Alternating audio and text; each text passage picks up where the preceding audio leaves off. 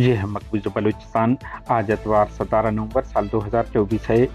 Balochistan today سے آج کے علاقائی خبروں کے ساتھ میں ہوں آپ کا میزبان الیاس بلوچ۔ کولوا کے علاقہ بزداد اور آس پاس کے علاقوں میں پاکستانی فورسز کی فوج کشی، گھر گھر تلاشی، علاقہ مکینوں کو تشدد کا نشانہ بنایا گیا۔ کلات فورسز کیمپ پر مسلح افراد کا حملہ، 8 اہلکار ہلاک، 18 زخمی، ہیلی کاپٹروں کی آمد۔ بی ایل اے نے واقعے کی ذمہ داری قبول کر لی۔ بولان میڈیکل کالج کی بندش، ڈاکٹر مہرنگ بلوچ کی وفد کے ہمراہ اے این پی رہنما کے گھر آمد، مشترکہ لاہ عمل بنانے پر متفق۔ کوئٹہ اسکول وین سے اغوا بچہ دوسرے دن بھی بازیاب نہیں ہو سکا، صراف بازار بند، بلیلی اور ایئرپورٹ روڈ پر دھرنا دیا گیا۔ کوسٹ گارڈ اہلکاروں کی فائرنگ، تیل بردار پک اپ جل کر خاکسار، فائرنگ میں پک اپ یونین کے صدر سمیت 3 افراد زخمی، عوام سراپا احتجاج شاہراہ بند کر دیا۔ پاکستانی بے خبر ادارہ شماریات نے خفیہ ایجنسیوں کے حکم پر پاکستان میں بولی جانے والی مادری زبانوں پر گمراہ کن رپورٹ جاری کر دی۔ بلوچی اور براوی بولنے والوں کو سب سے کم دکھائے۔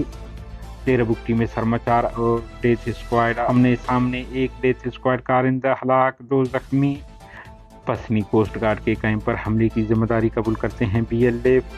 بلوچستان ضلع کے مرکزی شہر تربت آبسر میں شدید فائرنگ کی اطلاعات۔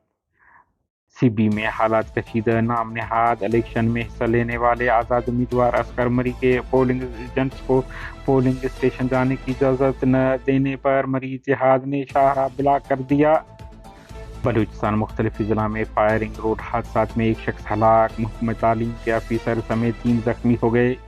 ضلع خوزدار وڈ براس کے حملے میں زخمی حالت میں فرار ہو کر غائب ہونے والے ڈیتھ اسکواڈ سرغنہ مہر اللہ محمد سنی زخمی حالت میں بازیاب ہوا ہے۔ ڈپٹی کمشنر کی تصدیق، اس سے قبل ڈی آئی جی خوزدار نے ان کے ہلاکت بارے خبر جاری کیا تھا۔ گوادر بلوچستان کے ساحلی ضلع گوادر کے رہائشی علاقہ نیو ٹاؤن میں واقع اینٹی نارکوٹکس فورس اے این ایف کے دفتر پر نامعلوم افراد نے 10 بم پھینکا، جو زوردار دھماکے سے پھٹ گیا، تاہم حملے میں کوئی نقصان نہیں ہوا ہے۔ واقعے کے بعد پاکستانی فورسز فوری طور پر جائے وقوع پر پہنچ کر علاقے کی ناکہ بندی کر دی۔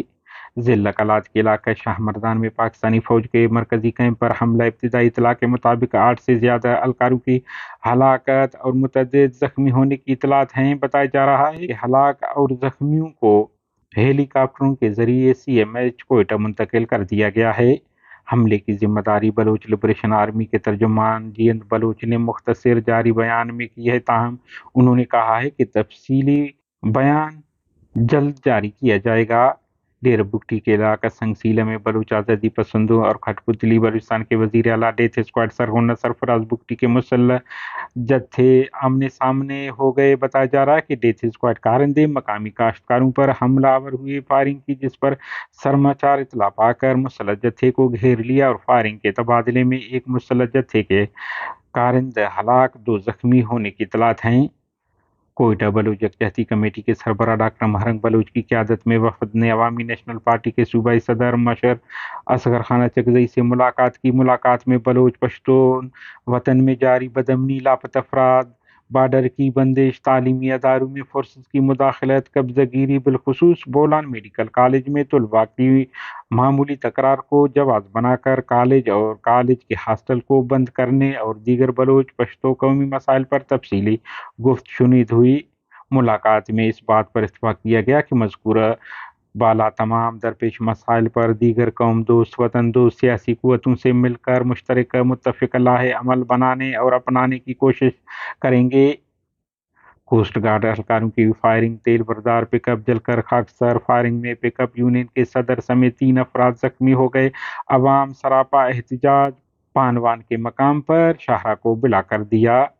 جہل مگسی کے علاقے میں 2 فریقین کے درمیان شدید فائرنگ سے 1 خاتون سمیت 2 افراد شدید زخمی ہو گئے۔ ضلع مستونگ کے علاقہ کھڈپوچہ میں نامعلوم افراد کی فائرنگ سے قبائلی رہنما عبدالرحمان شاہوانی زخمی ہو گیا۔ واقعے بعد نامعلوم مسلح افراد فرار ہو گئے۔ نوش کی مل کے مقام پر زمبیاد اور موٹر سائیکل کے درمیان تصادم میں موٹر سائیکل سوار 1 شخص ہلاک، دوسرا زخمی ہوا۔ دریں اثنا ضلع آوران میں ڈسٹرکٹ ایجوکیشن آفیسر آوران نیاز اللہ سمالانی حادثے کا شکار ہوا، جسے مزید علاج کے لیے کراچی لے جایا گیا۔